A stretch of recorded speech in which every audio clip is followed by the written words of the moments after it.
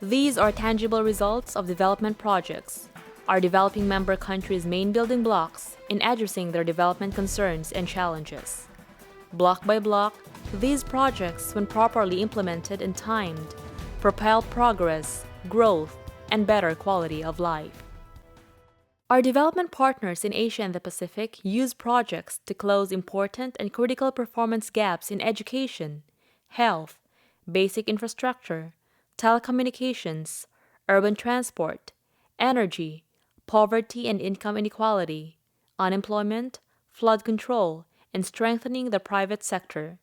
Today, projects have become more and more complex as our world continues to balance the rising population and expectations on one side against the dwindling food reserves and natural resources on the other. Over the years, developing member countries or DMCs and ADB learned so much about projects. We learned by co-creating, partnering, experiencing, reflecting, sharing, and documenting our practices and results. We know now that to do it well, projects should arise from genuine needs of stakeholders who are the most to gain or at a loss in a transformative change, alleviate poverty inclusive of women and other marginalized sectors, involve wide participation in the planning process, be innovative, robust, and deliver its promises and sustain its impact, be within the capacity of our DMCs and their entities to execute and complete in transparent and efficient ways, and increase our DMC's local capacity and self-reliance. Projects with our sectoral focus affect the lives of people in so many different ways.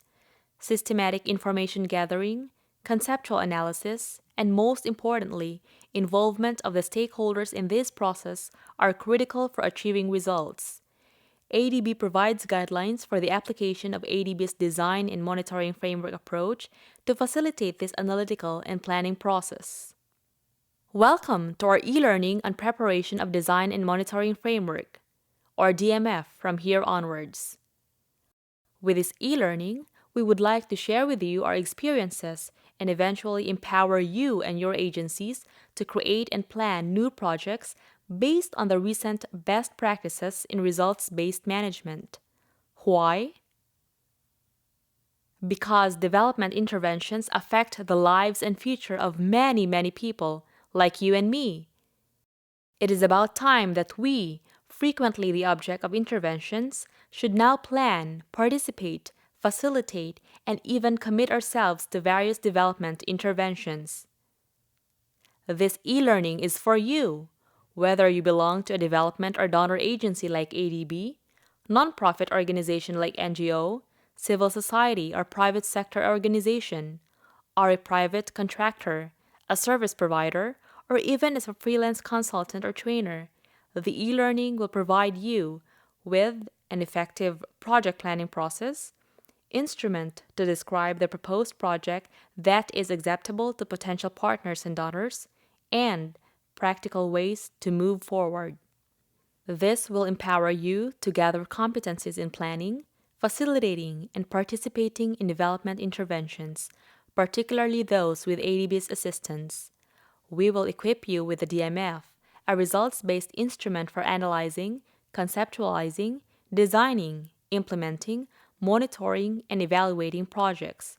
It structures the planning process and helps communicate essential project information to stakeholders in efficient and easy-to-read format. ADB's approach to DMF distinguishes between the process and the product. The process refers to the steps involved in designing a project, stakeholder analysis, problem and objectives analysis, and results chain analysis. The results of the DMF process are then summarized and presented in a matrix format, referred to as the Design and Monitoring Framework. Our DMF e-learning is based on the application of the Logical Framework, or LOGFrame, used by bilateral and multilateral development agencies.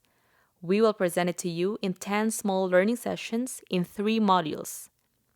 The modules and sessions are: Introduction, this session. First, Situation Analysis. Stakeholder Analysis, Problem Analysis.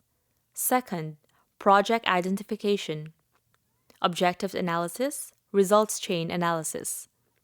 Third, the DMF matrix, narrative and summary statement, assumptions and risks, performance indicators and targets, sources of data. Closing. Each module will require 4 to 10 minutes. They will each define the terms, show the procedures, provide examples, and offer tips and best practices. You can move forward or backward, pause and repeat the videos at any time. Each session will offer you with the transcripts, handouts, examples, and templates. A glossary will be available to define the terms and show the acronyms throughout the tutorial. On completion, you will be required to do a 10-question quiz. Finally, you may print or save our specially crafted certificate for you to keep. Before you begin, consider the following learning tips. Do not rush. Learning is fun and there should be no pressure. Take the sessions in sequence. They build up on each other. Though this is possible, avoid doing the entire learning in one sitting. Practice what you learn. Try and apply what you have learned in each session. For example, after the problem analysis session, why not construct a simple problem tree from a personal concern, like helping my daughter complete her MBA degree, etc.? A group matters. When applying the procedures in each session, assemble a brainstorming group, say with 5 or more members. Clarify the procedures and then encourage everyone to take one step at a time. In the MBA example, you may have your daughter, 2 classmates, 1 friend, your wife and her brother as a group. Use cards for brainstorming. Capture all ideas using cards. A video on how to use the cards is included in this tutorial. Finally, you are free to surf the internet for completed projects where both the description, the one-page DMF, and if you are lucky, even the evaluation reports can be downloaded. This will give you fresh and detailed experience in formulating and facilitating better DMFs in the future. Thank you. Let us now begin with the stakeholder analysis.